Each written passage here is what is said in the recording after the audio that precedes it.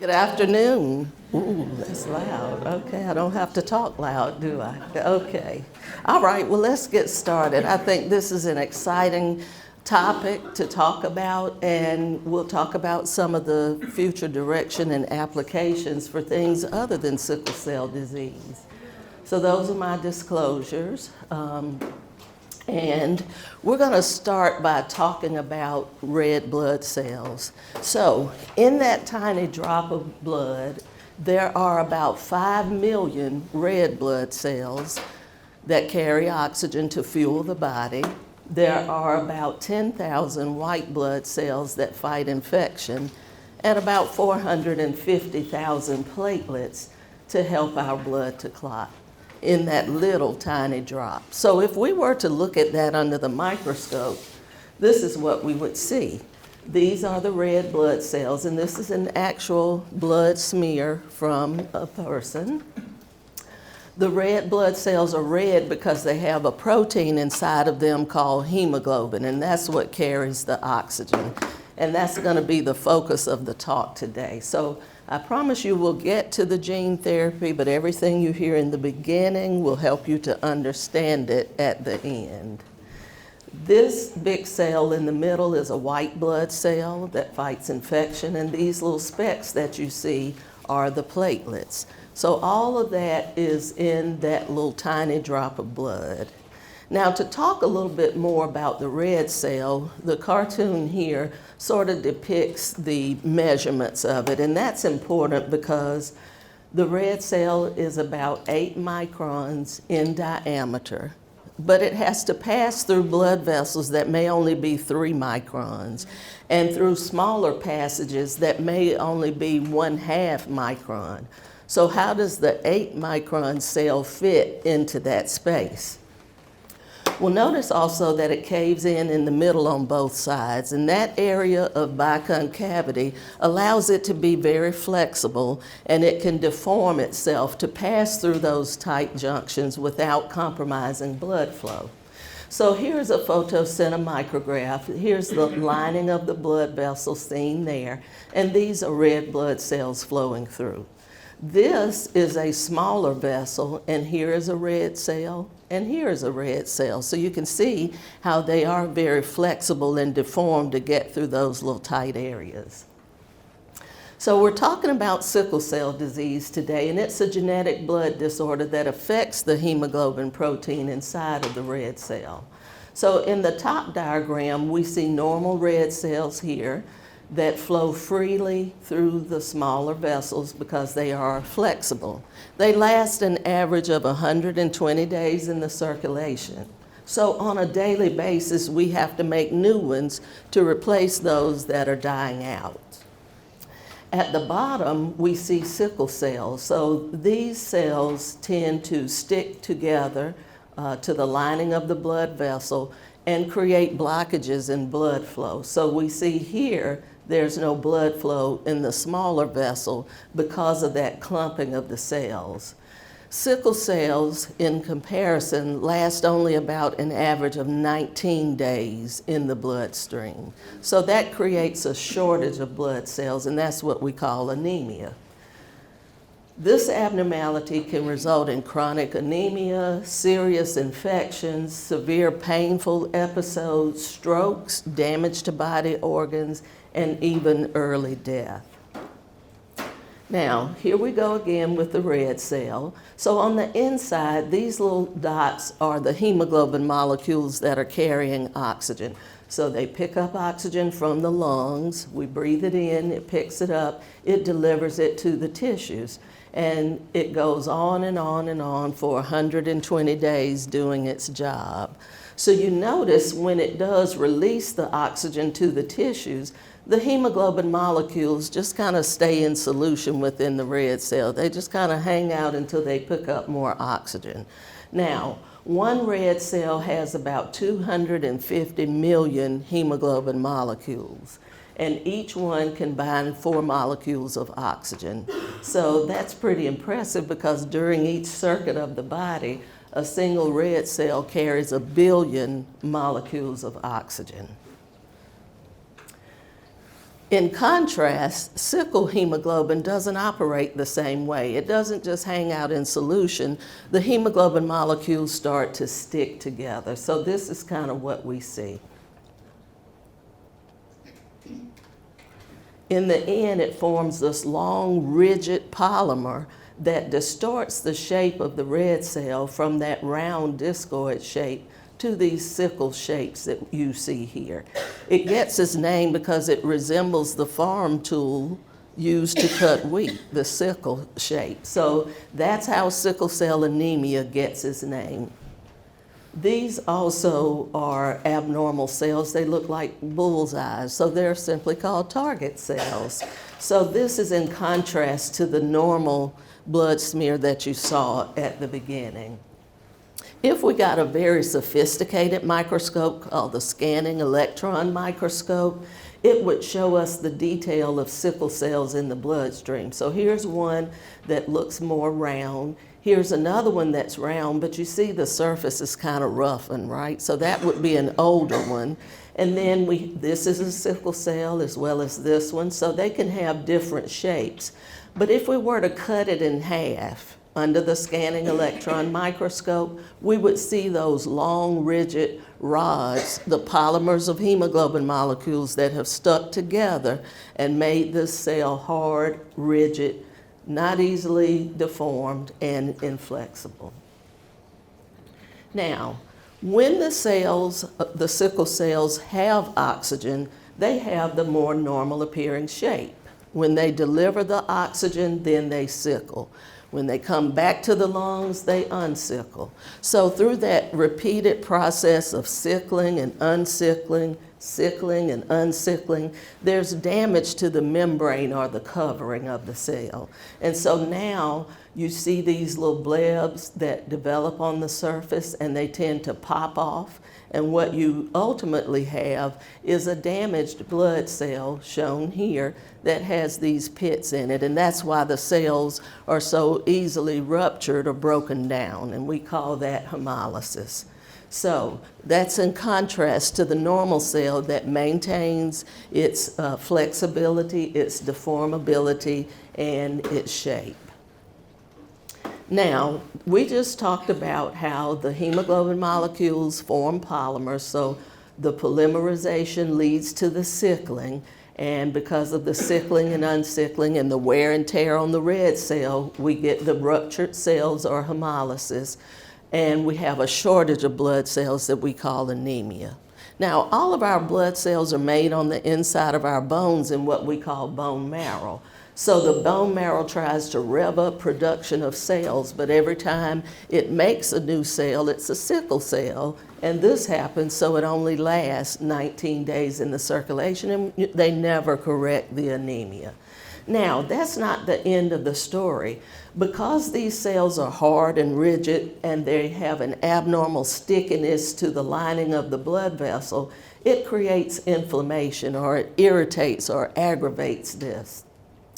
And so then the lining of the blood vessel responds by trying to attract white blood cells because, again, they're our protectors, right? So when it gets angry and inflamed, it starts to recruit the white cells. Well, they normally spew out chemicals that destroy germs, but when they get recruited like that, there are no germs, right? So they're spewing out chemicals, and it's damaging the lining of the blood vessel, and that creates even more stickiness. And so this is how we get those blockages in blood flow there on the end. I think my pointer. Okay, so when that happens, think about it this way. You know how you go to the doctor and you get that blood pressure cuff on and they start pumping it up? And that really causes your blood vessels to collapse and blood flow is blocked. So if they don't release it soon enough, you start to get pain, right? And that, or if you sleep on your arm the wrong way, you're doing the same thing. And you get that tingly feeling that we say it went to sleep. Well, we can just shake it off and restore normal blood flow. But in sickle cell, the cells are stuck there. So only time heals that process. Now, if tissues beyond there are not getting blood flow, it damages parts of the body. So bits and pieces of your tissues actually start to die. And if that happens repeatedly, then you get to the point where your body organs don't work, okay? So that's what happens in sickle cell.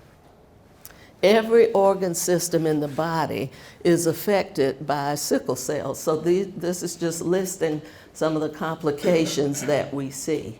So we'll just talk about a couple of them. In the 1970s, sickle cell disease was recognized as a major public health concern because 20% of children were dead by the age of 3 years, 50% were dead by the age of 20 years. So most didn't survive to adulthood, and the average lifespan was 14 years of age. So the National Institutes of Health did a study to see why are these children dying and what's going on. So in the study, what they did was followed a group of about 3,000 people, all different ages, to see what were the causes of death. So when they listed the causes, you see the biggest piece here is in the less than 3-year age group. So birth to 3 years, about 61% of patients died due to serious infections. And so they found out that the most common germ was one called pneumococcus that could be treated with penicillin. So they did another study to identify babies at birth and put them on penicillin or a placebo, what you think of as the sugar pill. And they wanted to see if they could prevent infections due to penicillin, and sure enough, it worked. There was an 84% reduction in serious infections and death in babies who got penicillin versus those who didn't. And that group of children had a 90% probability surviving into adulthood.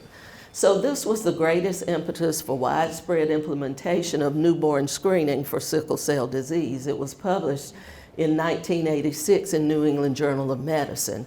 And though that was determined to be the standard of care, which was to detect a baby, test a baby at birth, and if they had sickle cell, put them on penicillin by 3 months of age. So 1986, but yet it would be 2006 before all 50 states complied. Now, one of the first problems that we see comes at about 6 months of age. Complications are pretty rare before then, and it's pain episodes. So this baby looks pretty interested in what's going on. He's checking the doctor out while he's being checked out, but he's actually guarding his hand here and refusing to hold his bottle because there's a painful swelling. So pain is the most common complication that we see. It's the most common reason for hospitalizations and ER visits. And again, it's because the cells are stuck there, right, and blocking blood flow. Now, for treatment, we have to do pain medication. So we may start with Tylenol or ibuprofen or medications like that. But when the pain is more serious, then we have to use opioids and we use hydration. But for those of you who've treated patients with that, what does it do for the vaso-occlusion? Absolutely nothing. So we offer that, but it really wasn't much to offer, was it? Now, stroke is perhaps the most devastating complication. So this is an MRI of what the blood flow looks like in a normal brain. So these are your big carotid arteries that come up through your neck, and then they give rise to other blood vessels. So this one nourishes the front of the brain, these nourish the middle part of the brain, and this is the back part of the brain. So when you get blockages in blood flow in the brain, that's a stroke, right? And so this is an MRI from sickle cell disease, so you can see the contrast. This side of the brain has suffered a stroke. There's no blood vessels over here. And over here you see this kind of a conglomeration of little vessels there. The brain tries to develop new blood vessels to get around those blockages, but they're very fragile and then they can hemorrhage or bleed. Acute chest syndrome is when you get blockages in blood flow in the lungs, and again, blocking the blood flow, this tissue is not getting any oxygen, so it starts to die. The air sacs here that usually hold oxygen are filling up with fluid. There are germs over here that feed off of that dead tissue. That's good food for germs. They get into the bloodstream, and now you've got a serious infection and a serious form of pneumonia.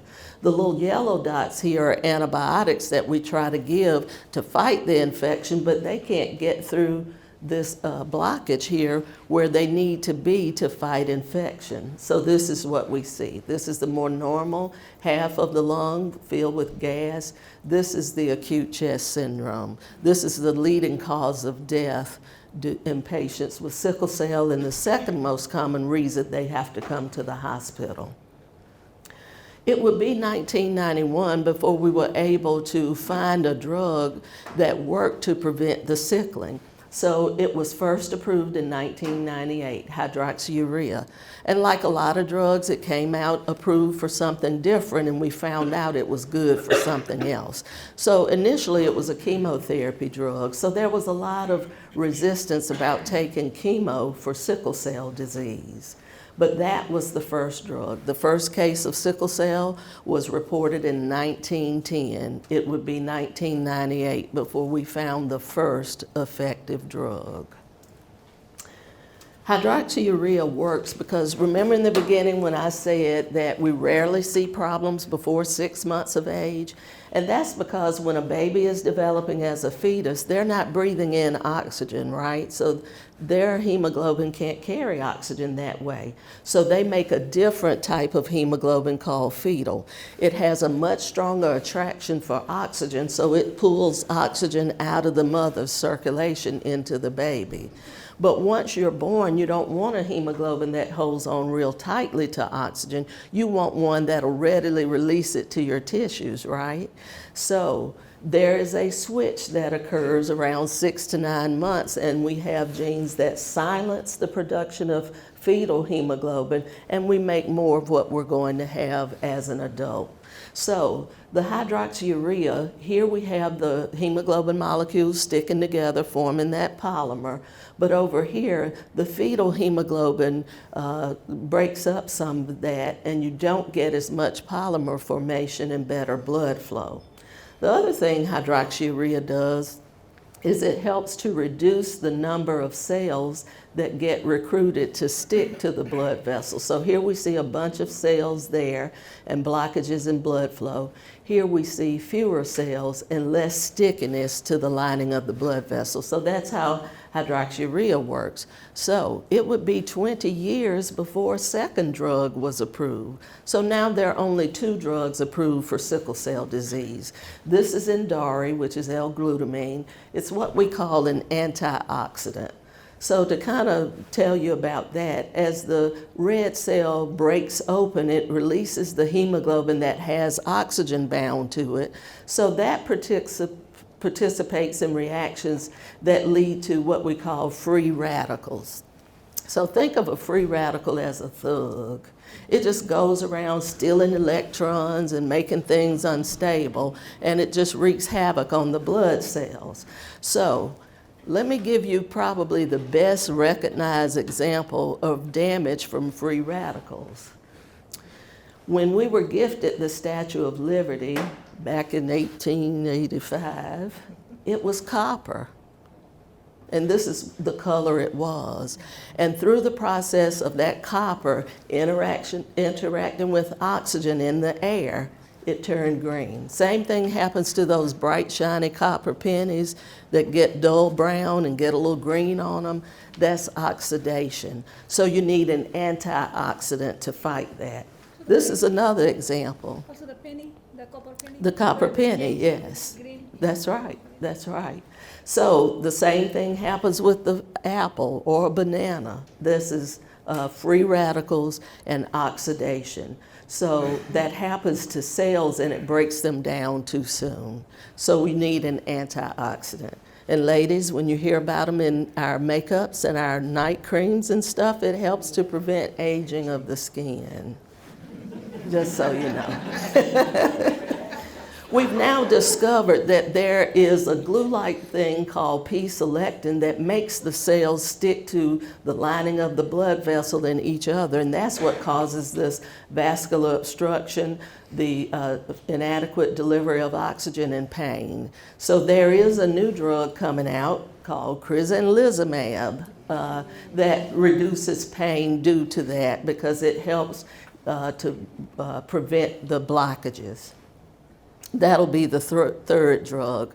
So now we kind of got excited that we can look at doing some combination therapy. The blockage in blood flow is related to certain problems, whereas the generation of free radicals is related to other problems. So we can look at combination therapy. Now, the cure is bone marrow transplant.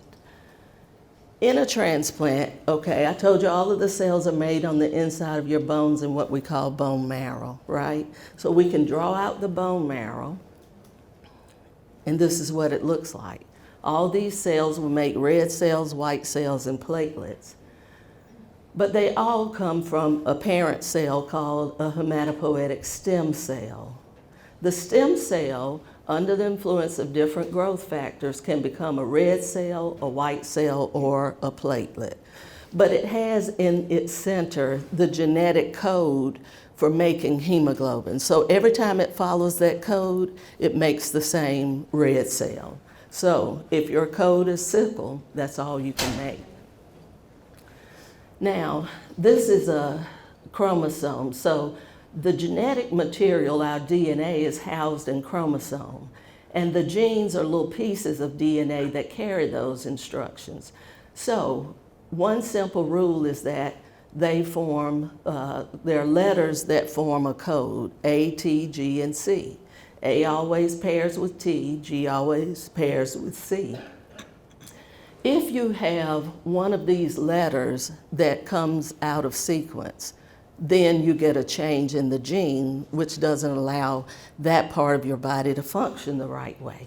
So if we unzip the DNA, here's a code here. You see all the letters?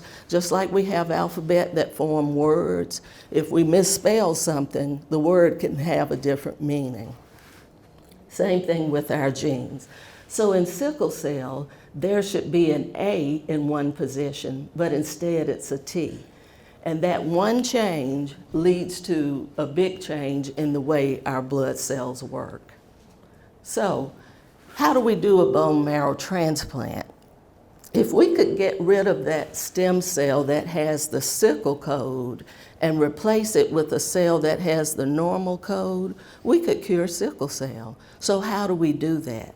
We do that by giving chemotherapy and/or radiation to destroy the stem cells that make new blood cells.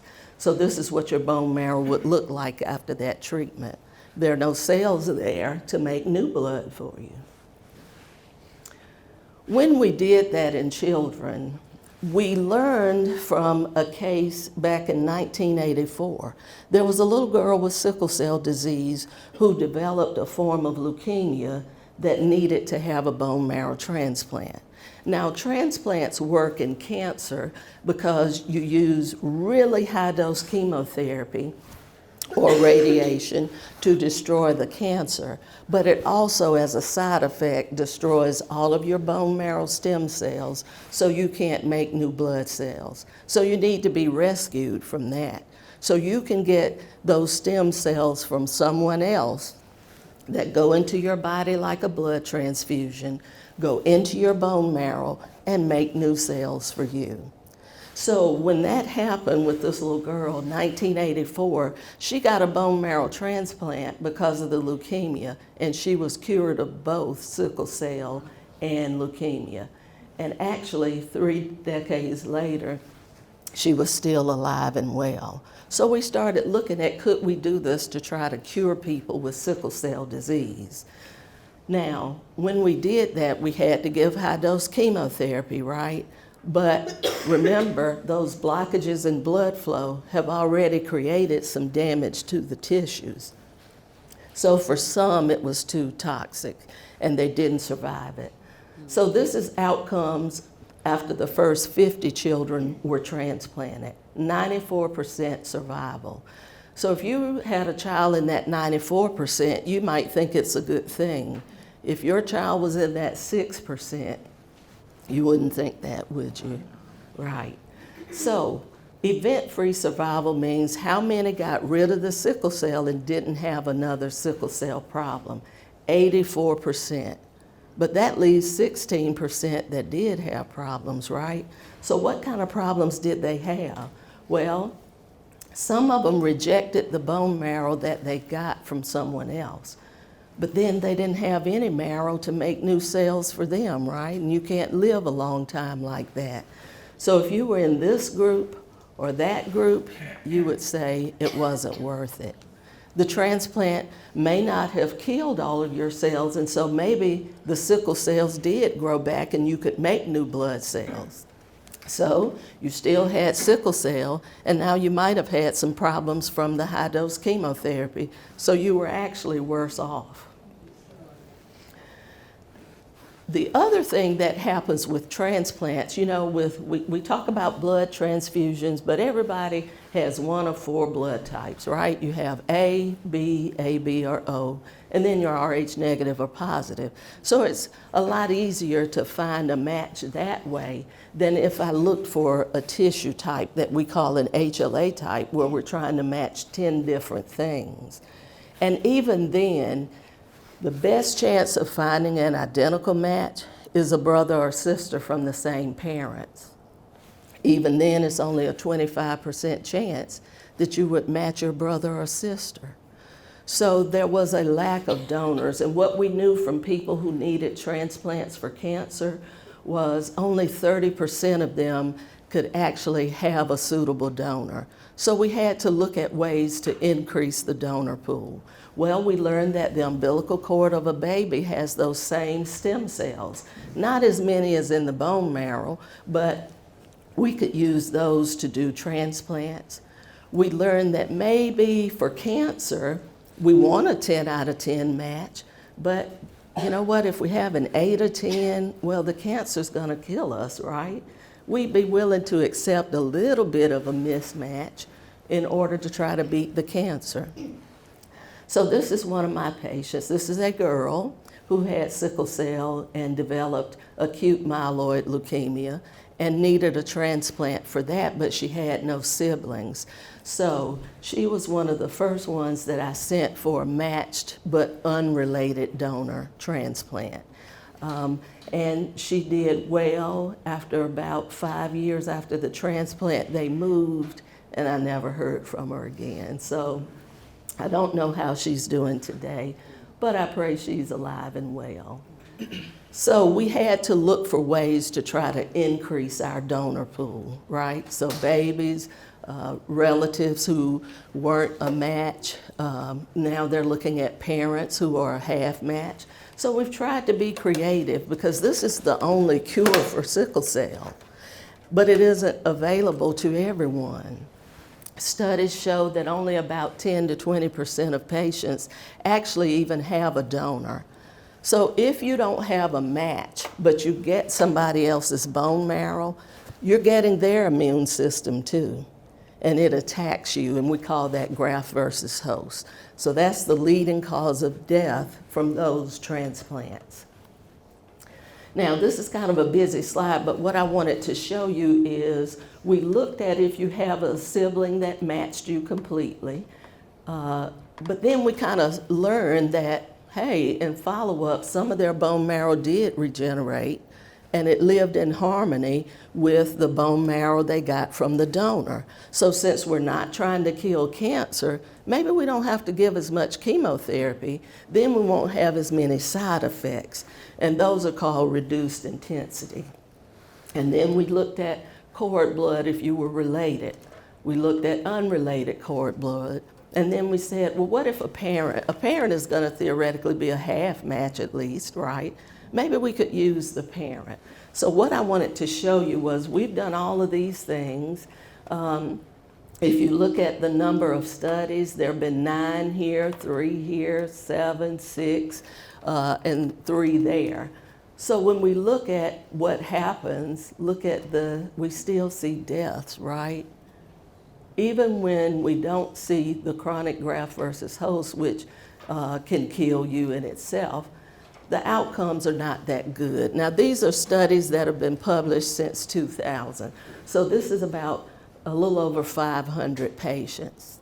There are 100,000 patients, we guesstimate, living in the United States with sickle cell. So that was like a drop in the ocean, right? It's not universally available, so everybody can't get a transplant. Now, when we look at some of the advances, though, first case was detected in 1910. We saw in the 70s, the average lifespan was 14, but when the National Sickle Cell Act was passed and we did that study to find out why babies were dying, and then we did penicillin, and then hydroxyurea, which is this hydroxycarbamide, we also learned we could do blood transfusions and give them normal hemoglobin to replace their sickle and prevent strokes from even occurring. So you can see how the lifespan actually increased. But we didn't put transplant here because, again, 500 transplants, and maybe there have been 1,000 done total for 100,000 people. It's not going to move the curve. So even though there have been advances, the lifespan of someone with sickle cell is still about 20 to 30 years below that of the general population. So clearly, more needs to be done. We saw the first case of gene therapy for sickle cell published by the French group in 2017. And what they did was took those stem cells out of the person, added a gene that was sort of anti-sickling, and then grew those cells into large enough numbers and put it back into the patient. The problem with that, we've got about 20,000 genes total, right? So if you put it in at the wrong place, you can get leukemia or some other things, right? So there was no way to control where the gene was inserted. And that just shows the process they went through. Now, new technology, though, has allowed us to look at how bacteria fight against viruses infecting them. So here we have the virus. This is the virus. This is the bacteria. So the virus is going to land on the bacteria. Kind of looks like the Apollo 11 moon landing, okay? And then this is inside of the cell. We're looking up where the virus has attached, and now it's injecting its DNA, which will get incorporated into the DNA of the person and make them sick, right? Or the bacteria in this case. So what happens is the bacteria has a defense mechanism where it produces two types of these little short RNA strands. And what happens is one of them matches that little strand in the virus. The other one will guide it to there, and then they combine with this complex called Cas9. Think of that as a big pair of molecular scissors. So the RNA is going to take it right to that little snippet of DNA that it wants to get rid of because it doesn't want the virus to make it sick. And then it's going to attach, and that Cas9 complex is going to come in. So now there's a match. That little snippet found that area of DNA, and the Cas9 starts to cut it, and now we disable the virus, okay? So that's how they protect themselves. So what does that have to do with us? We can take one of these viruses because we have to have a way to get the correct gene into the cell, right? And get it in the right place. So we can take out all the stuff, the DNA that makes you sick, and just kind of use the virus like a car to drive the right gene into the cell. So we package it with the gene we want it to have. It infects the bone marrow stem cell and injects the DNA. This is the correct gene that we want. And so basically, we have the ability now to edit DNA. If there's a letter or a group of letters in the wrong place, we have the ability to make an RNA guide that will guide the Cas9 there, attach to it, and cut it out, and then we can put in the right gene. Sounds kind of sci-fi, doesn't it? So that's what happens here. We're cutting out the bad gene, inserting in the good gene, and now we can cure someone. So that's how this technology works. It's called CRISPR, and CRISPR stands for Clustered Regularly Interspersed Short Palindromic Repeats. That's for the residents. But anyway, there are 12 gene therapy trials that are ongoing now that are treating people this way. So that's really what's exciting. And they're testing the effectiveness and the safety of this CRISPR therapy to correct genes. So there are 12 trials now. Some of them are looking at ways to multiply the stem cell. Some are adding a gene that's anti-sickling. Some are adding something to turn back on the fetal hemoglobin. Remember, there's a gene that shuts it off. So if you disable that gene, they can make fetal hemoglobin again, right? Okay, so those are the things that are going on now in gene therapy trials. There are 12 different ones. I happen to know one individual who has gotten the therapy. We do know, back in March, the National Institutes of Health had a little segment on 60 Minutes. You can still Google and find it. But they reported on 12 patients that they were treating with gene therapy. And the one young lady that they showed has had a remarkable course. One now has developed what we call myelodysplastic syndrome, where the bone marrow is making abnormal cells which can progress to leukemia. So, you know, they're not thinking it's from the actual gene therapy. It could be from the chemotherapy. We know that some sickle cell patients develop that. So we have to be mindful that we don't have really long-term information on how well it works.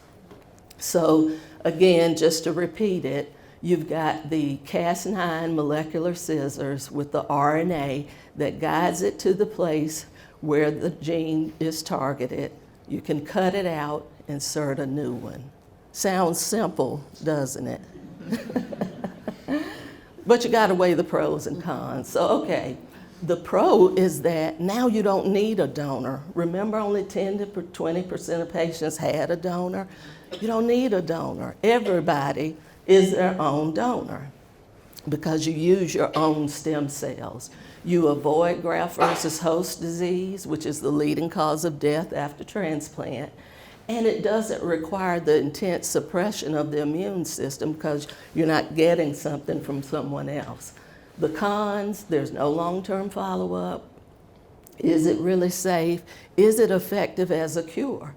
Because what you're doing is trying to grow these cells outside of the body, but remember, they're the parent cells that give rise to new cells. Only the parents can make new cells. So outside of the body, you want them to stay in the parent state, right? But will they sometimes grow outside of the body and not be able to create new blood cells once they're infused? We don't know. We need more long-term data. Expense is always an issue. So to get the gene correction in the stem cells is about $500,000. You've got hospitalization because you're transfusing just like we would do for a stroke to give normal hemoglobin and cut down on the sickle cells because we don't want you to get sick. You do have to get chemotherapy to make room for the new cells and get rid of the old ones. So that cost.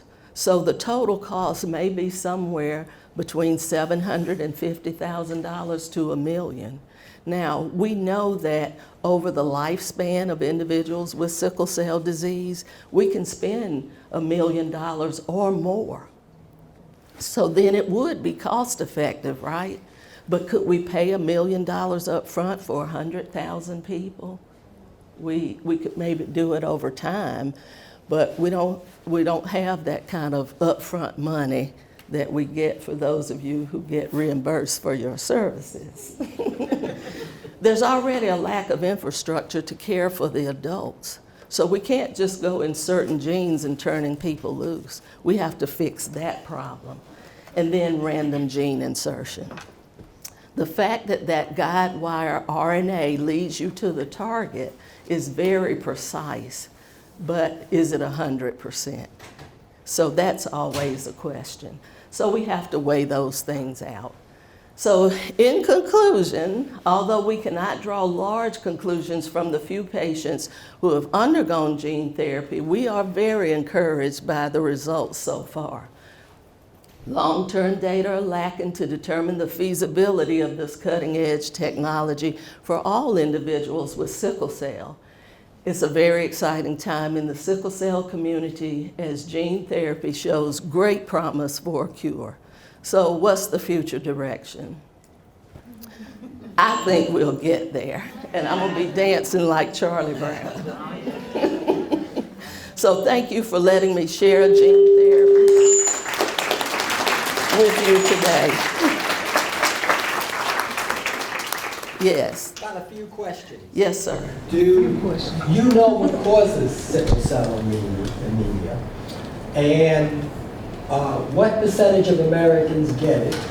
And then my understanding, and I'm not sure about this, it affects mostly African Americans. Okay. And other races get it too? So all very good questions. I'm glad you asked. So your first question is what causes it? Okay. Way back when, along areas of the equator where malaria infestation was very high, it attacks the red blood cells. And it was killing people, and it still does today. So that gene evolved because the person who has the trait, not the disease, so a person with trait gets one normal gene from their mother, and let me not say the normal is the mother. They get one normal gene from one parent and a sickle gene from the other parent. So they don't have the disease, but they're like a carrier. And those individuals are afforded protection against malaria. So for every bad gene that still lives, there's got to be a reason why it exists, right? Or else you would die out the population. So the person with trait is afforded protection against malaria. And that's why that gene evolved. So that was the first question. Your second question was how many people get it, the percentages. So if you look at sickle cell, because that band of malaria is prevalent in equatorial Africa, it is predominantly a disease of African Americans. So about 8 to 10% carry the trait, and about 1 in 365 live births have the disease. But it's also because of migration of populations and because there were 4 distinct areas in that geographical region where a sickle gene developed. So the gene for sickle cell is the same for everybody. The genes that surround it are different, and that's how we say 4 different. So we know that about 1 in 16,000 Hispanics get sickle cell disease, and about 1 in 60,000 whites, Native Americans as well. So predominantly a disease of African Americans, but it affects all races and ethnicities. In fact, when I first came here in 1992, when I was 10, that's right. I got myself in trouble, didn't I? The poster child was actually a little white girl with sickle cell disease. So I do know that is true, and I know some Native Americans. We have some Hispanics in our population. Now, remember I talked about newborn screening? Every baby in Alabama gets tested at birth. In fact, every baby now throughout the United States is supposed to be tested. 60,000 babies, and every year we see about 7% of babies who are Caucasian have sickle cell trait. So, good question. Now, the part that I really like about you asking that question gets me back to something I had planned to say and I didn't. We talked about this CRISPR technology to really edit the part of the sickle gene that had the wrong code, right? Scientists are applying it to other areas as well. So they are even looking at how we can correct a gene or something in the mosquito that doesn't allow it to get infected with malaria and therefore cannot transmit it. So that's a different application. Another application is there are some areas of the world that have droughts, right? And so then they can't grow enough crops to feed their population. CRISPR may be able to be used, and people are looking into it, to make crops drought resistant. So when we talk about all of these different applications, we're talking about it today for sickle cell, but there are many applications. And so whenever we talk about things like that, then we get some people who don't follow the plan, so they're trying to look to do it in embryos. So we want correct genes, we don't want designer genes. So very good question. Yes, ma'am. So, okay, it seems like it's very sophisticated for testing. You know, you hear things like 23andMe testing for genetics. Will something like this show up? Is there testing for genes enough to pick up something like this? I will have to say I'm not familiar enough with 23andMe. But if they're looking at your collection of genes, everybody has what we call a genome. We have about 20,000 different genes. They determine the type of proteins we make, our hair color, eye color, all kinds of physical traits. So if those things are scanning your genome, which it sounds like it does because there are 23 pairs of chromosomes that have all of these genes, then yes, that would be detected. Okay. Is sickle cell disease always start in a baby? Yes. No, I mean like if You don't develop it later. Like some things you can get changes in your genes later, and that's what creates a lot of cancers. But for sickle cell, you're either born with it or you're not. Yes. Oh, thank you. Her question leads right into what I wanted you to explain a little better to me. Something to do with the pregnant parent testing so that they can, what is it, save the... Okay, yes. Okay, so we talked about bone marrow transplant and how the umbilical cord has those bone marrow stem cells. Okay, so maybe in the bone marrow, you know, you have a whole lot more than you do in the umbilical cord. But if you have a baby and you already have a child who has sickle cell, you can preserve that cord blood, test it, and if that baby does not have sickle cell, or if they have sickle cell trait, you can use that cord blood to do a transplant in your child. And in fact, at Johns Hopkins, a pregnant mom who had sickle cell had a baby, and her baby had trait, and they used her cord blood to correct the defect in the mother. Yes. Yes. Is there a certain age as far as for them to do the procedure? Okay, so good question. For gene therapy, it looks like the youngest age I saw was 12. And remember, these are clinical trials, so these are research studies to look for the effectiveness and the safety. So they're always They're always going to be done in older kids, and they're going to be fewer in number until you prove that it's safe, and then you can move forward. So our hope is that, yes, it will be extended to younger children.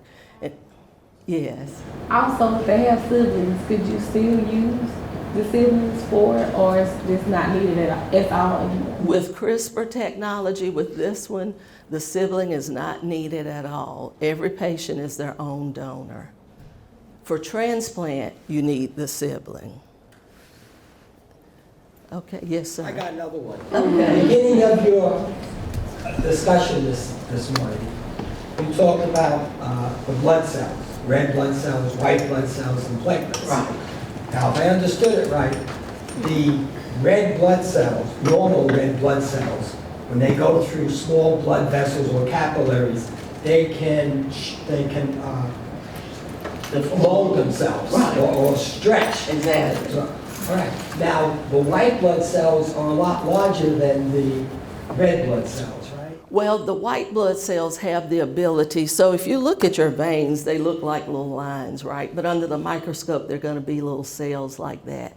They have the ability to squeeze through those passages because they circulate in the blood, but they squeeze through those passages to get out to tissues where there may be infection. Okay, that was my So, question. right. How does the white blood, do they also, so they do the same thing as the red Right. blood cells?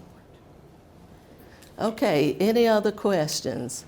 So until then, be a sickle cell warrior.